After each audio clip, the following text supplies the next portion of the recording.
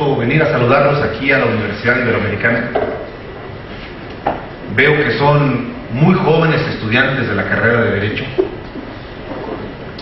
y que sus compañeros dirigentes estudiantiles han organizado esta semana de Derecho con diversas conferencias para contribuir a la formación de ustedes en esta importante carrera que espero que todos terminen, que espero que no se hayan equivocado de vocación, espero que conforme vayan conociendo más el derecho y sus orígenes y sus autores, se entusiasmen y sean ustedes una generación de la Universidad Iberoamericana que permita, primero, que esta universidad siga generando estos profesionistas destacados que el país tiene, y por lo cual siempre es un gusto venir a la Universidad Iberoamericana a saludar a sus directivos, a sus maestros y hablar con sus alumnos.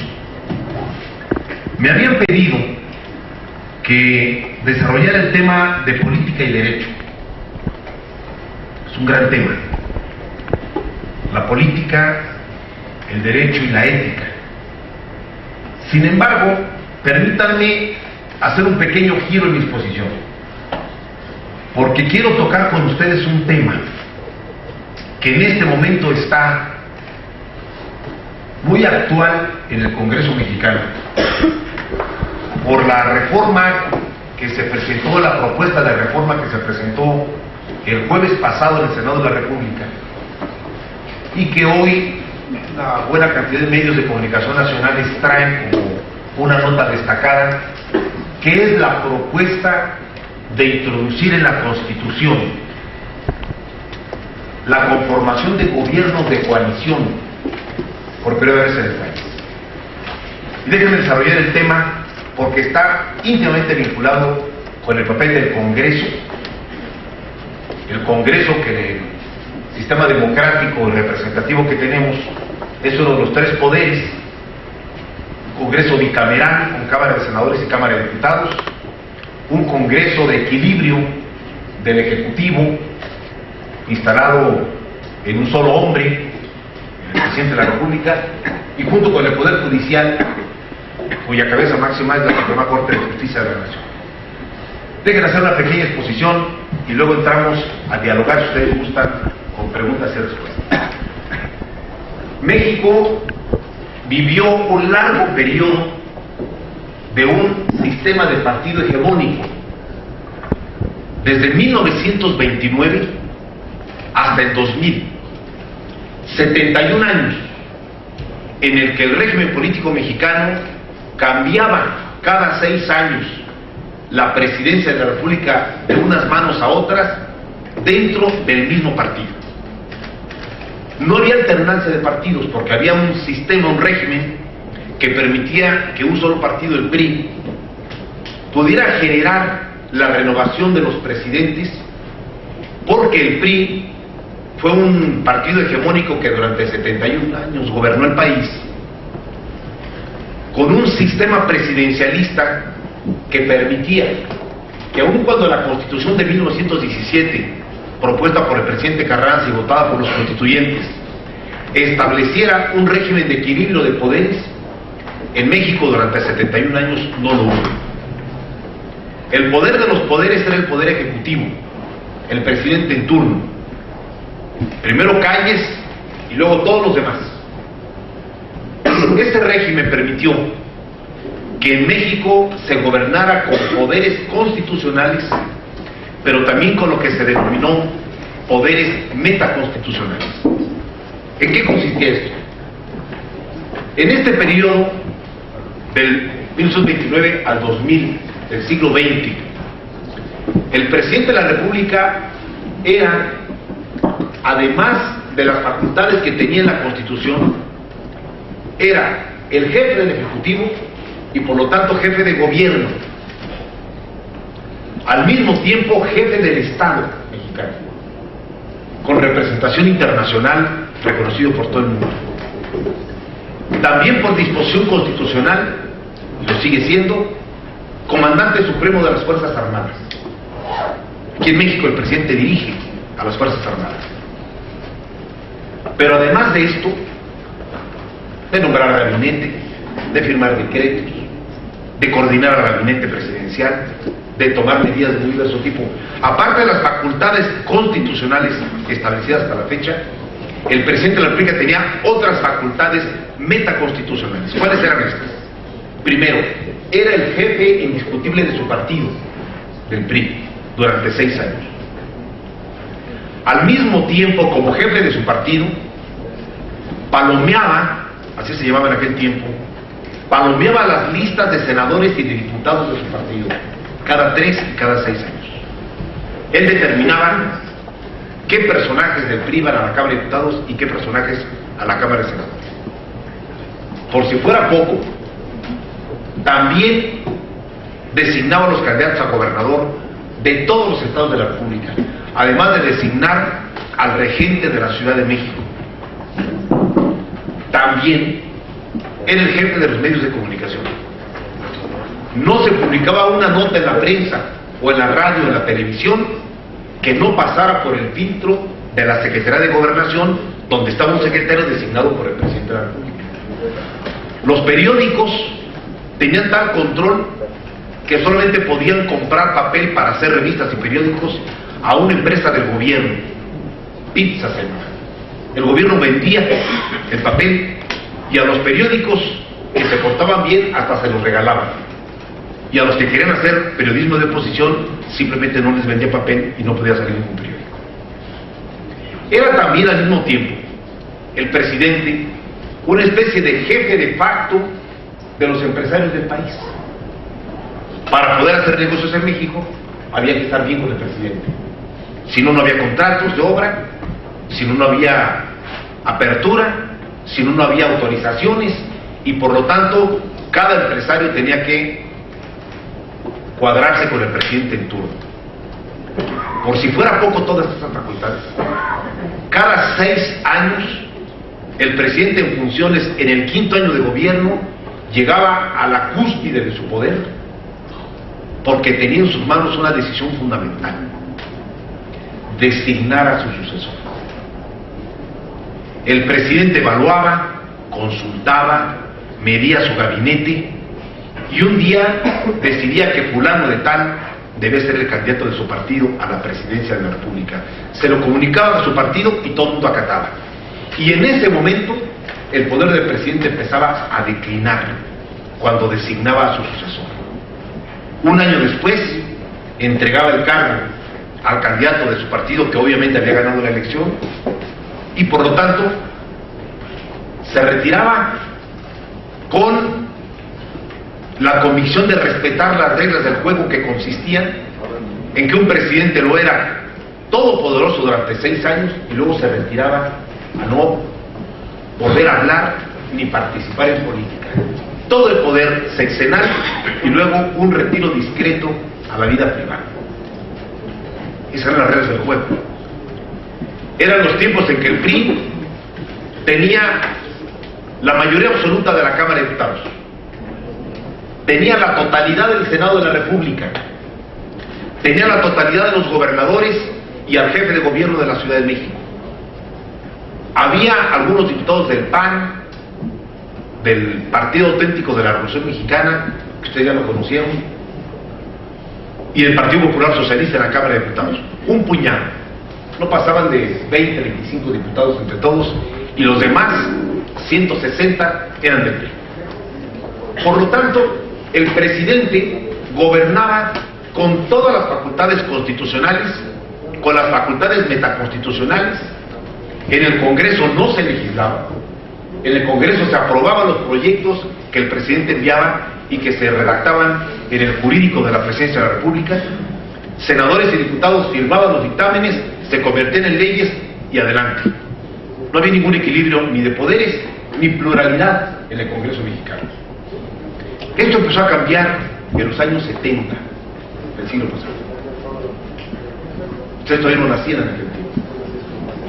1977, una reforma política que abrió la pluralidad en el Congreso, en la Cámara de Diputados, y en 1979 empezaron a ingresar a la Cámara de Diputados legisladores del Partido Comunista Mexicano, del Partido Socialista de los Trabajadores, del Partido Demócrata Mexicano, 2 de izquierda y 1 de derecha. El Partido Demócrata era el representante del viejo sinarquismo, un movimiento de los años 30 del siglo pasado, muy conservador del centro del país, que tuvo su brazo electoral en esos años 70 e ingresaron 100 diputados de la oposición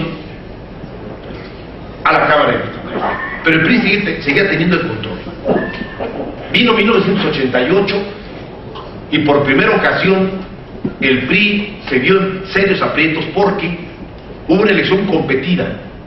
Cuauhtémoc Cárdenas por un Frente Democrático Nacional con toda la izquierda reunida, Carlos Salinas por el PRI, Manuel J. Cloutier por el PAN, una elección competida en la que muchos afirmamos hubo un gigantesco fraude que impidió que Cárdenas pudiera ganar la elección, y a Carlos Salinas le reconocieron el 50% de los votos, a Cuauhtémoc Cárdenas el 30% y a Manuel J. Cloutier del PAN el 18%.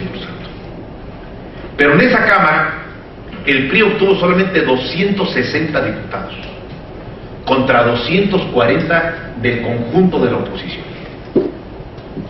Llegó la pluralidad, llegó la lucha política al Congreso. En el Senado entraron los primeros 4 senadores de oposición, todos de la izquierda, por cierto. El PRI tenía 60 senadores, la izquierda tenía 4 senadores, y se empezó a abrir el Senado y empezó un proceso de apertura hasta que en 1997, a la mitad del sexenio del presidente Ernesto Zedillo, el PRI empieza a perder el control parlamentario y por primera ocasión el PRI no logra la mayoría parlamentaria en la Cámara de Diputados. El conjunto de la oposición tenía más diputados que el PRI.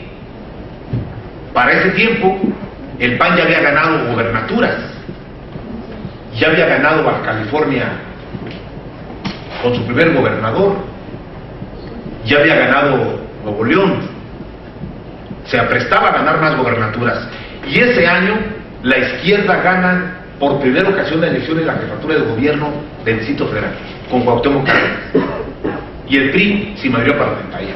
Y empieza un nuevo periodo en el país, en donde el presidente empieza a perder las facultades metaconstitucionales y empieza a gobernar solo con las facultades expresas que le daba la Constitución. Hay un acotamiento del poder presidencial en ese momento, que 3 años después se consolidó, cuando en la elección presidencial del 2000 viene una alternancia en la presidencia de la República.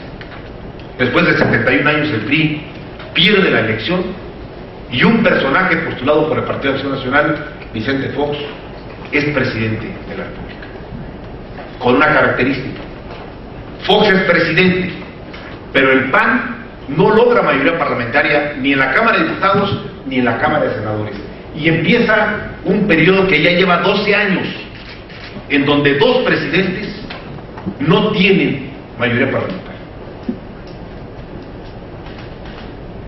12 largos años. Ha habido una elección como la del 2000, que fue la elección de la esperanza, del cambio, de la alternancia, de que por fin el PRI había perdido después de 71 años el poder.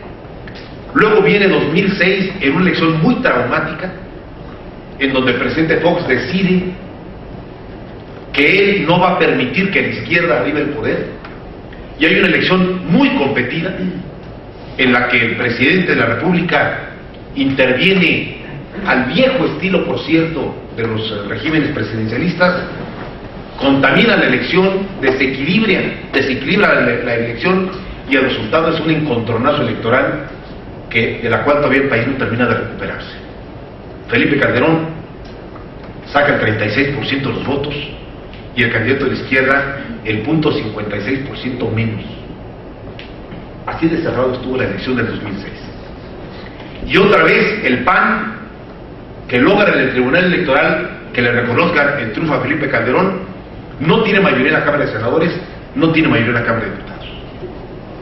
Van ya 5 legislaturas, 15 años, en la que el presidente en funciones y el partido gobernante no tiene mayoría en la Cámara de Diputados, y entonces se viene un proceso de intensa negociación parlamentaria, en donde el presidente propone pero no puede imponer sus proyectos, en donde el presidente envía reformas constitucionales, legales, de muy diverso tipo, pero no tiene garantizada la mayoría parlamentaria, no puede hacerlas aprobar, y entonces tiene que entrar un proceso de negociación con la oposición para modificar sus proyectos, y en la Cámara de Diputados no puede lograr que le aprueben sus proyectos ni siquiera de presupuesto, el gasto anual para sostener la labor del gobierno. Tiene que negociar, tiene que ceder, y salen proyectos de ley que no son ni los que vio el presidente ni los que quería la oposición, sino una mezcla de ambos para poder lograr las mayorías parlamentarias que permitieran al presidente conducir el país. Cada vez que hay elecciones, desde el 2000, cada presidente dice que el Congreso le frena sus iniciativas. En el 2003 y en el 2009, tanto Fox como Calderón le dijeron a los electores: apóyame porque me están frenando en el Congreso, necesito mayoría parlamentaria. Y en los dos casos los electores les dijeron no. En el 2003 el PRI sacó su mejor resultado, y en el 2009 el PRI volvió a sacar su mejor resultado. De tal manera que los presidentes a la mitad del sexenio quedan peor en la Cámara de Diputados y de Senadores, en la Cámara de Diputados particularmente, que como estuvieron cuando fueron elegidos en la elección presidencial. Esto ha llevado, no digo que una parálisis, porque el Congreso no se ha paralizado, ha habido reformas importantes, constitucionales incluso, que requieren 2/3 de las cámaras, no solamente mayoría. Sin embargo, le ha restado eficacia al gobierno, y también permite que el gobierno tenga pretextos. Con frecuencia en el Ejecutivo dicen, el presidente y también sus secretarios de gabinete, que el Congreso los frena, que el Congreso no les aprueba sus iniciativas, no les aprueba sus reformas, y que por eso el país no puede avanzar con la rapidez necesaria.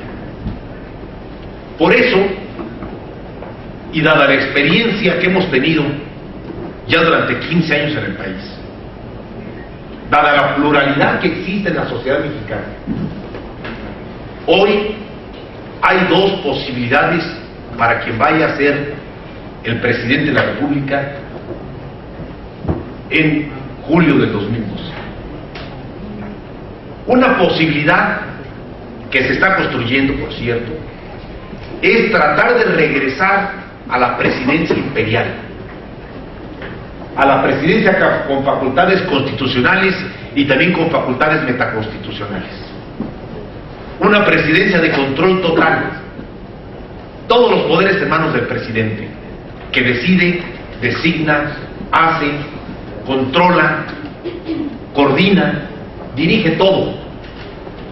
Y para ello, la construcción de un gobierno monocolor, como no ha existido hasta ahora, en donde el presidente forma gabinete, forma gobierno solo con su partido, y luego negocia con las cámaras para lograr mayorías parlamentarias en cada caso específico.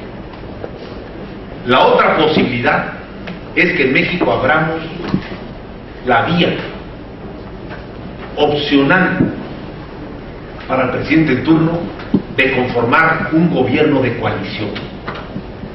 ¿Qué significa esto, muchachos? Significa que en México avanzaríamos a un semi-parlamentarismo con figura presidencial todavía fuerte, en donde el presidente, al ser elegido en julio, tendría de julio a noviembre del año 2012 para decidir si hace volar el sistema presidencial solo con el motor del gobierno monocolor, es decir, solo con su partido, aunque no tenga mayoría parlamentaria en las cámaras, o si decide por voluntad propia activar el motor del gobierno de coalición. ¿Qué significaría esto? convocar en las cámaras a los demás partidos y decirles: los convoco a conformar una mayoría parlamentaria. Dado que mi partido no tiene mayoría, les pido a uno o a dos o a tres partidos restantes que se sumen a mi mayoría, a mi bancada, conformen mayoría en Cámara de Diputados, conformen mayoría en Cámara de Senadores, me aprueben el programa de gobierno en el Congreso, me aprueben el presupuesto, me aprueben el programa de reformas que voy a enviar, garantizando que se van a aprobar las reformas en las dos cámaras, y luego los invito al gabinete a conformar un gobierno de coalición que represente la coalición legislativa mayoritaria en las dos cámaras. Y vamos a trabajar y vamos a dar resultados en 3 años. No habría pretexto para no dar buenos resultados. Habría mayoría parlamentaria, habría presupuesto aprobado cada año, habría reformas aprobadas, habría gabinete aprobado por el Congreso, habría plan de gobierno aprobado y el presidente con su gabinete trabajando intensamente 3 años para concretar los objetivos de ese gobierno. Si en cualquier momento de esta coalición los partidos coaligados se quisieran retirar de la coalición, el presidente puede apagar el motor de la coalición y gobernar otra vez en solitario, sin problema, con su partido nada más. Porque la facultad que estamos tratando de impulsar, que quede contemplada en la Constitución, sería opcional, no obligatoria. Cada presidente podría determinar en qué momento prende el switch del motor del gobierno de coalición, o en qué momento lo apaga, o si no lo prende incluso. Más aún, podría el presidente iniciar su gobierno con un gobierno solo de su partido, el que haya ganado la elección, aunque no tuviera mayoría parlamentaria, y caminar en el gobierno con ese gobierno monocolor.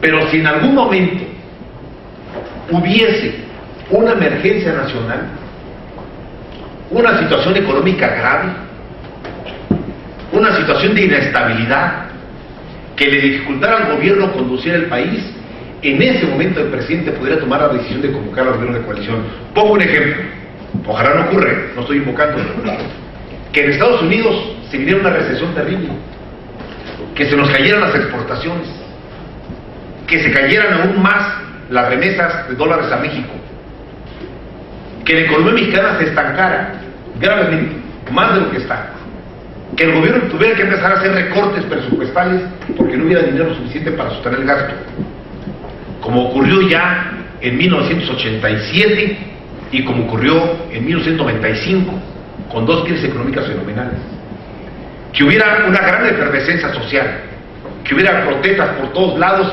y al gobierno se le dificultara conducir al país solo con su partido. En ese momento el presidente diría: necesito el apoyo de otras fuerzas políticas, prendo el switch del gobierno de coalición, convoco a la coalición parlamentaria y al gobierno de coalición también en el país, y convoco a varios personajes de la oposición a incorporarse al gobierno para enfrentar la emergencia social o la emergencia económica. Es un caso hipotético, pero posible en cualquier momento en el país o en cualquier país del mundo. Esto requiere una reforma constitucional que el jueves pasado se presentó en el Senado. Yo sé que hay opositores a esta idea del gobierno de coalición. Yo sé que hay quienes creen que ya tienen la presidencia de la República en sus bolsillos desde ahora y que de aquí al 2012 solamente es un paseo triunfal de trámite para poderles dar la presidencia como si fuera un regalo de cumpleaños, y que por lo tanto se preparan ya incluso a repartir cargos en el gabinete. Algunos más, compadres y amigos incómodos, no quieren cargos en el gabinete, nada más quieren contratos, con eso tienen para resolver su vida durante mucho tiempo, y estar acostumbrados a eso, por cierto. Ya regresó el padrino mayor, el señor Montiel, el día 15 a la fiesta tricolor en Toluca, y con él regresan los contratistas, los negocios al amparo del poder. Están felices, andan de fiesta. El puente de Guadalupe Reyes les quedó chiquito a ellos. Quieren un puente de septiembre del 2011 a diciembre del 2012, 15 meses de puente y de juerga, porque creen que ya tienen el poder en sus manos.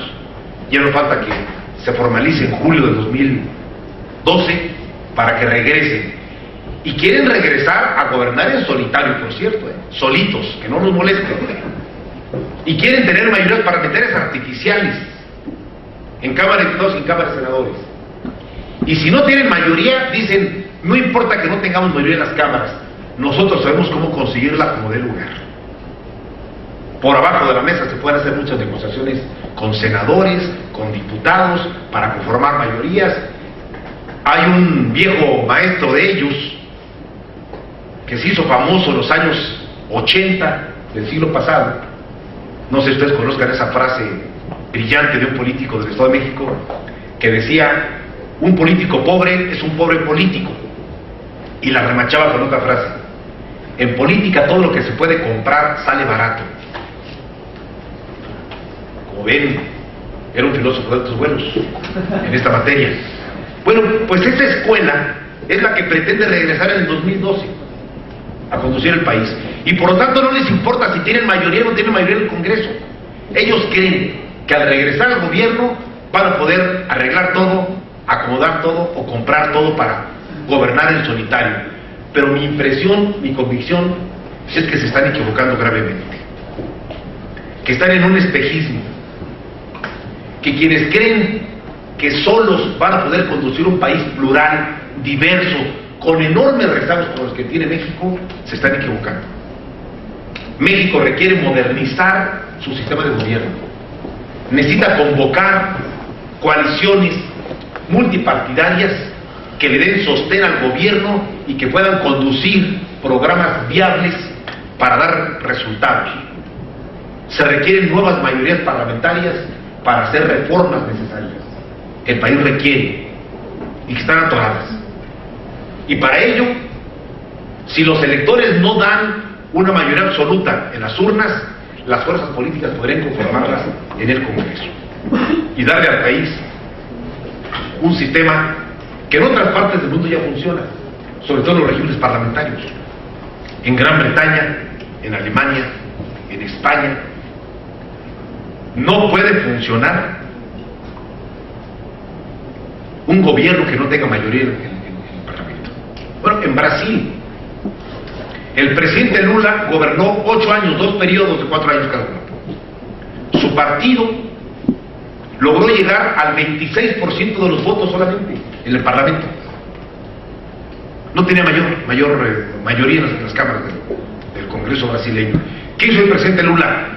Conformó una coalición legislativa que le diera más del 50% de los votos en ambas cámaras, invitó a varios partidos a coaligarse y luego los invitó al gabinete y formó un gobierno de coalición en un régimen presidencial como es el brasileño. Y tuvo éxito el presidente Lula. Todo el mundo reconocemos los avances de Brasil ahora en las exportaciones, en su apertura, en el combate a la pobreza, en el desarrollo económico, en el petróleo, en muchas cosas, porque tuvo durante 8 años el presidente Lula mayoría parlamentaria de coalición y gobierno de coalición dirigido por él, pero no gobernó en solitario con su partido porque no podía, no tenía la mayoría suficiente. Por lo tanto, estamos frente a un debate que se va a prolongar de aquí a diciembre.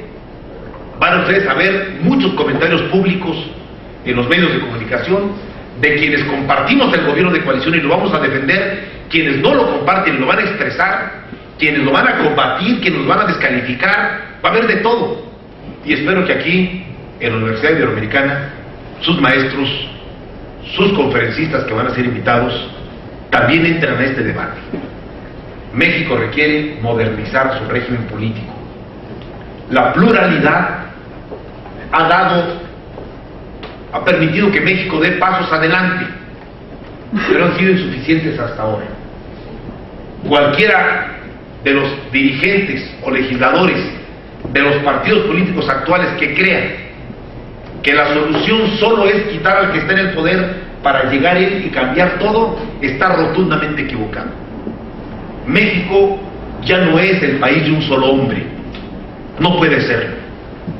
México tiene tales complejidades y tales rezagos que no basta la buena voluntad, Ni siquiera el ser un hombre honesto, de buenas intenciones, con ganas de sacar adelante las cosas, no basta.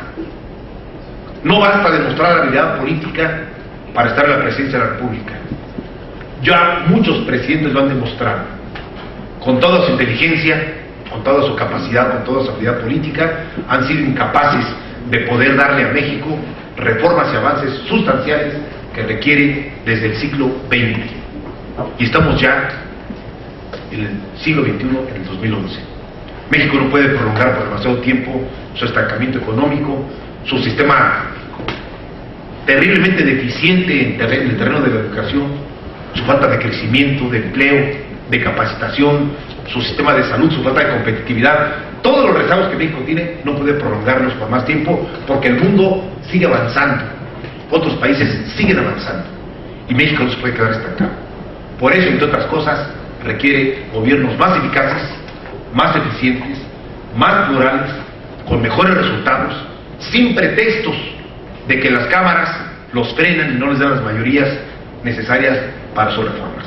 Espero, por lo tanto, que esta propuesta de gobierno de coalición, mediante una reforma constitucional opcional, no estamos sometiendo al presidente a un precepto obligatorio, es opcional. Cuando el presidente crea conveniente, prende el switch del gabinete de coalición.